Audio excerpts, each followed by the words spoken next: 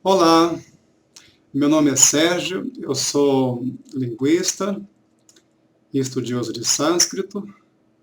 E nesse vídeo bem curto, eu vou dar uma pincelada sobre a língua sânscrita, apontar como ela foi descoberta e também mostrar alguns aspectos históricos e linguísticos, ok? Mas vai ser algo bem simples, tá? Fiquem aí. Então vamos lá. A palavra sânscrito, desculpa, ela é formada a partir do pronome adjetivo sam, kar, ta, ok? O pronome adjetivo sam quer dizer igual, quer dizer nivelado. Uma palavra cognata em português é o nosso soma, tá certo? E o kar quer dizer fazer em sânscrito, de onde vem a palavra karma, por exemplo, que é tão conhecida. Esse kar do sânscrito é que dá que é parente, né, do nosso criar. E finalmente o sufixo ta, que no sânscrito é um sufixo para particípio passado passivo, né, cujo correspondente em português é o nosso to e ta, né, com a flexão de gênero, né, to e ta. Por exemplo, como tem a palavra feito, feita, tranquilo? Portanto, sânscrito quer dizer bem feito, elaborado ou artificial. É isso mesmo. Artificial é uma das acepções possíveis para a palavra sânscrito. Então vem a pergunta, né? Se existe uma língua artificial, né, uma língua elaborada, então ela deve ter a sua contraparte natural. E tem.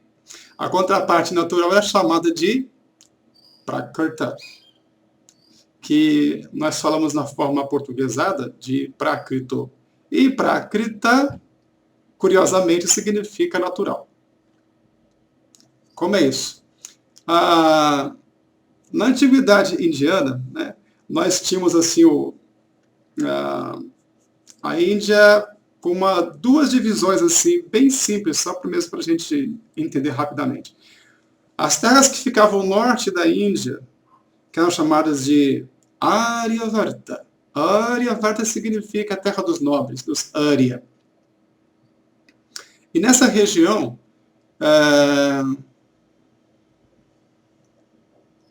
nós podemos identificar, em termos de registro, dois registros linguísticos. Você tinha o registro, vou começar de baixo, né? O registro prákrita, ou seja, o registro natural, que era a língua do povo, era a língua que as pessoas simples falavam. E, do outro lado, você tem o Veda, que era a língua das elites sacerdotais. Era a língua das pessoas refinadas, era a língua das pessoas cultas, dos doutos. Essa era a língua dos Veda, que está ligada ao sacrifício, correto? Os Veda. Tranquilo? E essa língua dos Vedas, ela possuía várias zonas dialetais, tá? A língua Veda, ela tinha várias zonas dialetais, tinha vários dialetos. Não era uma uniformidade total, não. E alguém pode assim, levantar o seguinte questionamento, né? De um lado você tem as pessoas ali, né, as castas superiores, né, em tese, falando uma língua refinada, e do outro lado você tem a língua prákrita, que é a língua natural, a língua do povo, o que chamamos hoje em dia de língua coloquial. Né? Então, em momento algum, havia empréstimos, havia vamos dizer assim, um intercâmbio entre esses dois registros, né, entre o registro entre o registro formal, lá da língua, da língua Veda, e registro informal da língua Prákrita? Sim, havia. E, inclusive, os gramáticos na época já haviam notado isso, que a língua Veda, ela estava sofrendo empréstimos prácritos, ela estava se vulgarizando, e normalmente os gramáticos observam isso com insatisfação, só que os gramáticos observavam, mas ninguém fazia nada. Até que, finalmente, lá pelo século V, um jovem chamado Panini, que era um homem esclarecido, era um Brahmani, e era um gramático, ele resolve fazer o quê? Ele faz uma seleção, ele pega todos aqueles dialetos mais conhecidos, além da língua Veda, e faz uma seleção. Naturalmente, ele pegou o dialeto de mais prestígio, né? Ele pega um dos dialetos ali do Veda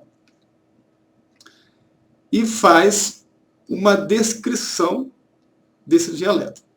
Não era só uma descrição, né? Era uma descrição com vistas à normatização, né? Tinha também um objetivo normatizador, né? De estabelecer um exemplo. Ó, isso aqui é a língua das pessoas cultas, é assim que as pessoas cultas falam, e para entender melhor a língua é melhor falar desse jeito, né? Foi essa a descrição, foi isso, esse foi o trabalho de Panini que Panini fez, ou seja, ele fez uma gramática, né? Que tinha dois objetivos, um objetivo normatizador, que ele estabelecia as regras, e outro objetivo que era descritivo mesmo, porque ele não tirou da cabeça dele, né? Ele pegou os textos e fez uma descrição, olha, a língua funciona assim. Então, o objetivo dessa gramática, como era o objetivo das gramáticas tradicionais, era estabelecer um exemplo, estabelecer um modelo. Portanto, a partir daí, de Panini, Panini nasceu por volta do século V, antes da Era Comum. A data de nascimento dele é meio assim, disputada, mas enfim. O consenso é que ele nasceu por volta do século V, antes da Era Comum. E quando Panini ele escreve essa gramática, ele também dá um passo histórico muito importante. Ele escreve a primeira gramática. Então, a gramática de Panini é a primeira gramática escrita no mundo.